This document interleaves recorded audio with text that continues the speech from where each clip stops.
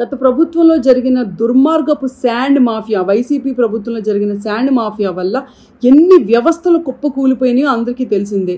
రాష్ట్రం ఎంత సర్వనాశనం అయిపోయిందో అందరికీ తెలిసిందే. ఎన్ని వేల కుటుంబాలు రోడ్డున పడ్డాయి, ఎన్ని వేల కుటుంబాలు మేము ఇక్కడ బతకలేము, మాకు ఇక్కడ జీవనోపాధి లేదు అని చెప్పి పక్క రాష్ట్రాలకి వలస వెళ్ళిపోయినాయి. ఈరోజు అవన్నీ దృష్టిలో పెట్టుకొని ఇటు ప్రజలు అటు రాష్ట్రం రెండు నాశనం అయిపోతున్న ఇబ్బంది పడుతున్నారు అని చెప్పి గమనించిన చంద్రబాబు నాయుడు గారు ఈరోజు ఫ్రీ శాండ్ పాలసీ తీసుకొచ్చారు. దాన్ని కూడా చాలామంది క్రిటిసైజ్ చేస్తున్నారు. ఫ్రీ శాండ్ పాలసీ అని చెప్తున్నారు, మీరేంటి డెలివరీ ఛార్జెస్ తీసుకుంటున్నారు అని చెప్పి.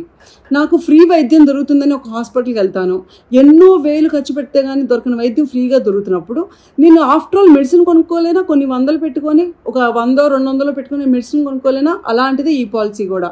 సో ఈరోజు ఇబ్బంది పడిన ఎవరైనా సరే వాళ్ళందరికీ తెలుసు, ఈరోజు ఈ పాలసీ వల్ల వాళ్ళకి నెత్తి మీద పాలు పోసినట్టే. వాళ్ళు ఈరోజు ఒక ఇల్లు కట్టుకుందాం అనుకున్న వాళ్ళు 2 ఇళ్ళు కట్టుకుంటారు, ఒక వ్యాపారం పెట్టుకుందాం అనుకున్న వాళ్ళు 2 వ్యాపారాలు పెట్టుకుంటారు. పక్క రాష్ట్రం వెళ్ళిపోయిన వాళ్ళు కూడా ఈ రాష్ట్రం వచ్చి ఇక్కడ ఇన్వెస్ట్ చేస్తారు. అటు రాష్ట్రం బెనిఫిట్ అయితే అటు ప్రజలు బెనిఫిట్ అవుతుంది. ఇంత మంచి జరుగుతుంటే ఇంకా సిగ్గుసరం లేకుండా యూట్యూబ్లో కూర్చొని లేకపోతే సాక్షి ఛానల్లో కూర్చొని ప్రతి ఒక్కళ్ళు నోటుకు వచ్చినట్టుగా ఈ పాలసీ వల్ల ఏం బెనిఫిట్ ఉంది, రాష్ట్రం వెనక్కి పడిపోతుంది, లేకపోతే జనాలకి ఇంకా ఎక్కువ వెల్ఫేర్ ఇవ్వటం ఎందుకు, ఇది అసలు ఫ్రీ పాలసీయే కాదు అని చెప్పి పిచ్చి వాగుతున్న ప్రతి ఒక్కరికి చెప్తున్నాం. ఇది రాష్ట్రానికి బెనిఫిట్ లేకపోతే ఈరోజు చంద్రబాబు నాయుడు గారు ఇది అసలు చేపట్టే వాళ్ళే కాదు. ఇదేదో గత ప్రభుత్వం కన్నా మేము తక్కువ ఇస్తున్నామని చూపించుకోవటానికి కాదు. ఆ రోజు స్టేట్ డివైడ్ అయినప్పుడే 2014లో మేము వచ్చినప్పుడు కూడా ఫ్రీ పాలసీ ఉండింది, ఫ్రీ శాండ్ పాలసీ. బికాజ్ కొత్త కన్స్ట్రక్షన్స్ ఎంకరేజ్ చేయాలి, ఎక్కువ మందిని ఇక్కడ ఇన్వెస్ట్ చేసేలా చేయాలి, ఒక మిడిల్ క్లాస్ పర్సన్ కూడా ఇన్వెస్ట్ చేసే పరిస్థితులు ఈ రాష్ట్రం ఉండాలి అని చెప్పి నమ్మారు. కాబట్టి ఓవరాల్గా ఒక వైడర్ ప్రాస్పెక్ట్లో ఈ రాష్ట్ర ఎకానమీ పెరగాలని కోరుకున్నారు. కాబట్టి ఈరోజు ఈ పాలసీ తీసుకొచ్చారు. దీన్ని పిచ్చి పిచ్చిగా వాళ్ళకి నచ్చినట్టుగా అనువాదించుకొని వాళ్ళకి నచ్చినట్టుగా జనాలు కన్ఫ్యూజ్ చేసేలాగా వచ్చి బయటకు వచ్చి మాట్లాడే వాళ్ళందరికీ చెప్తున్నాం, నోరు మూసుకొని ఉండండి. మీకు ఏదన్నా డౌట్స్ ఉంటే వెళ్ళి సామాన్య ప్రజలు ఎవరైతే ఇబ్బంది పడ్డారో వాళ్ళని వెళ్ళి అడగండి, ఈ పాలసీ వల్ల మీకు లాభమా నష్టమా అని. వాళ్ళు మీకు సమాధానం చెప్తారు, మేము చెప్పాల్సిన అవసరం కూడా లేదు. గత ప్రభుత్వంలో జరిగిన దుర్మార్గపు శాండ్ మాఫియా, వైసీపీ ప్రభుత్వంలో జరిగిన శాండ్ మాఫియా వల్ల ఎన్ని వ్యవస్థలు కుప్పకూలిపోయినాయో అందరికీ తెలిసిందే. రాష్ట్రం ఎంత సర్వనాశనం అయిపోయిందో అందరికీ తెలిసిందే. ఎన్ని వేల కుటుంబాలు రోడ్డున పడ్డాయి, ఎన్ని వేల కుటుంబాలు మేము ఇక్కడ బతకలేము, మాకు ఇక్కడ జీవనోపాధి లేదు అని చెప్పి పక్క రాష్ట్రాలకి వలస వెళ్ళిపోయినాయి. ఈరోజు అవన్నీ దృష్టిలో పెట్టుకొని ఇటు ప్రజలు అటు రాష్ట్రం రెండు నాశనం అయిపోతున్న ఇబ్బంది పడుతున్నారు అని చెప్పి గమనించిన చంద్రబాబు నాయుడు గారు ఈరోజు ఫ్రీ శాండ్ పాలసీ తీసుకొచ్చారు. దాన్ని కూడా చాలామంది క్రిటిసైజ్ చేస్తున్నారు.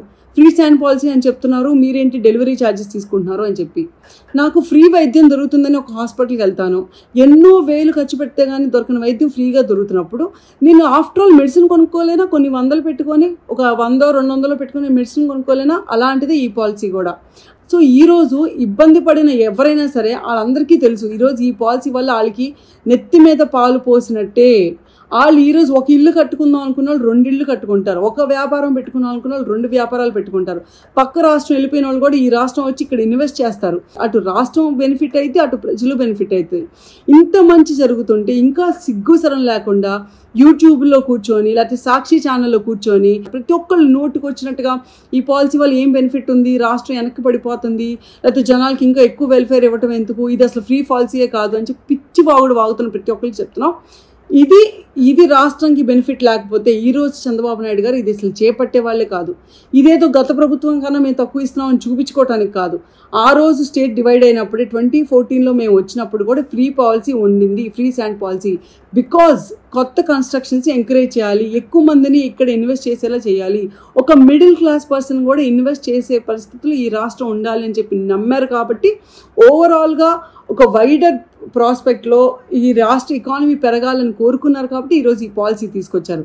దీన్ని పిచ్చి పిచ్చిగా వాళ్ళకి నచ్చినట్టుగా అనువాదించుకొని వాళ్ళకి నచ్చినట్టుగా జనాలు కన్ఫ్యూజ్ చేసేలాగా వచ్చి బయటకు వచ్చి మాట్లాడే వాళ్ళందరికీ చెప్తున్నాం, నోరు మూసుకొని ఉండండి. మీకు ఏదన్నా డౌట్స్ ఉంటే వెళ్ళి సామాన్య ప్రజలు ఎవరైతే ఇబ్బంది పడ్డారో వాళ్ళని వెళ్ళి అడగండి, ఈ పాలసీ వల్ల మీకు లాభమా నష్టమా అని. వాళ్ళు మీకు సమాధానం చెప్తారు, మేము చెప్పాల్సిన అవసరం కూడా లేదు.